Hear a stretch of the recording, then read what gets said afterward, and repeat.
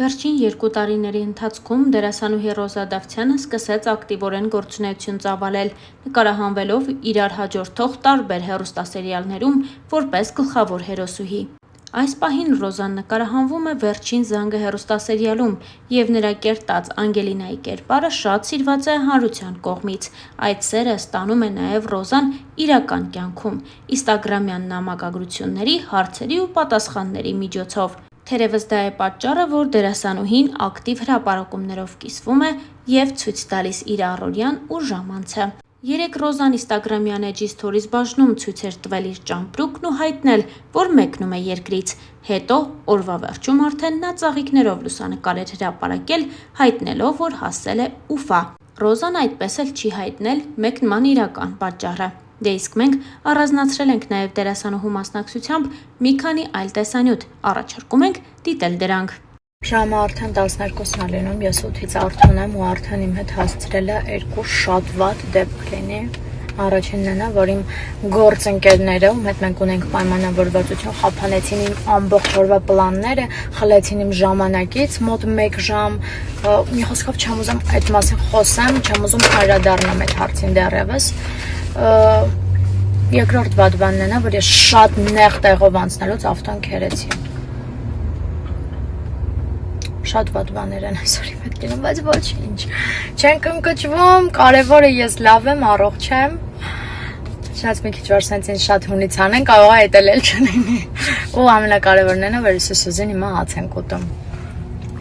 Ամեն վատ բանի մեջ գոնե մի լավ բան կա, որ գոնե սոված չենք, որ սոված լինենք, ջղային կլինեինք։ Ապրես, բա որ մի հատ էլ կոֆե լիներ։ Հեսա ես կկազմակերպեմ։ Փրկիչ Սյուզի։ Ուղղակի առավոտ 7-ից Արթուն մարդու դեմքը ես։ 2 ծանր վայրսակներով։ Մի աչքս փակամ, մեկը բաց։ Հոգնել եմ։ Ուզում եմ գնամ տուն քնեմ։ Գնացինք, պիտի Վիկտորիա ճիշտ է։ Այո։ Դա դուք ես քան առաջ գաք դեր ֆեստիվալ։ Ավագ չգիտեմ որ մենք հյուրեր ենք սպասում։ Իրականում այս մարդու այցը ինձ զարմացրեց։ Այս մարդը անուն ունի Բագրատ։ Եկեք քաղաքագիտություն տանք։ Նախորդող սթորիների հետ կապված շատ հոգնած եմ իրականում, բայց ինձ թվում է ամեն դեպքում կարիքը կա խոսելու այդ երեխու մասին։ Ինձ թվում է դուք բոլորդ եք հասկանում, որ այդ ինքնանպատակ չէր, շուրջ 700 նամակ եմ երևի ստացել, որոնք վերաբերում էին այդ երեխու վարքագծին։ Ու նպատակն այն չի բացարձակ, որ ես իրան վարկաբեկեմ։ Իմ արածի միտքն էր, որպեսզի նման օրինակ երեխաները գոնե վախի մթնոլորտում չանեն այդպիսի բաներ, դաստիարակվեն գոնե վախի մթնոլորտում, որովհետև մարդիկ մեծանում են հենց այդ նույն բնավորության գծով ու իրենք սաստվում են միայն, երբ որ դու իրանց համար ստեղծում ես վախի մթնոլորտ։ Հաջորդ անգամ երևի թե կհիշի այս դեպքը ու մյուս բլոգերի կամ դերասանի նկարի տակ ոչ մի բան չի գրի։ Եվ այս երեխուն հիշելով հիշեցի մի շաբաթ առաջ եղած մի դեպք, որը շլեի չպատմեի, բայց երևի թե կարիքը կա ամեն դեպքում։ Մի շաբաթ առաջ մտնում եմ մեր հարևանությամբ գտնվող սուպերմարկետ Էտալան, ու մի աղջիկ կա, ով իմ հասակակից է ու աշխատում այդ խանութում։ Ես ինքս որպես սպասարկող միշտ շատ սիրալ իրեմ մեր խանութներում ու որպես հաճախորդ էլ միշտ շատ բարեհամբույր։ Մտնում եմ, վերցնում եմ պրոդուկտը, մենք իրար գոնե հեռակա գիտենք, որովհետև նույն տարածքում ենք մեծացել։ Մեկ էլ վերցնում եմ, ինքը չի սպասարկում իդեպ ինձ մի ուրիշ կին, վերցնում եմ դուրս եմ գալիս, զգում եմ, որ իմ հետևից խոսում են ու ինչ ասում է,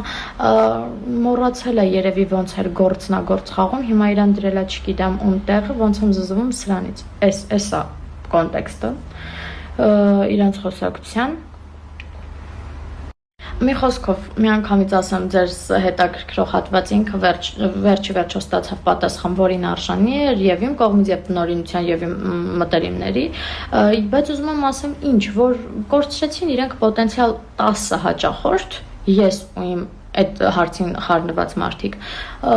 ու ինչի համար նման օրինակ մարդկանց համար ովքեր չունեն հասարակ մոտեցում, այսինքն իրանք այս տեսակի մարդ են հերիք չի մի հատ էլ հայտնվել են սպասարկման ոլորտում, մի հատ էլ փչացնում են իմ ու ձեր տրամադրությունը, որովհետև իրանք ուզում են օրինակ հաճախորդի հետևից խոսան ու կապ չունի այդ հաճախորդն ով բացարձակ։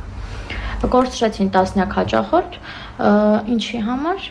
Մի հոգու համար, ով չունի դաստիարակություն, չգիտի ինչ պահերում ոնց իրան պիտի պահի, եթե դու ինձ չես սիրում, դու ինձ պարտավոր չես սիրես, ոչ մեկին պարտավոր չի սիրի, բայց դու պարտավոր ես գոնե այդ պահես քո մեջ իմ ներկայությամբ։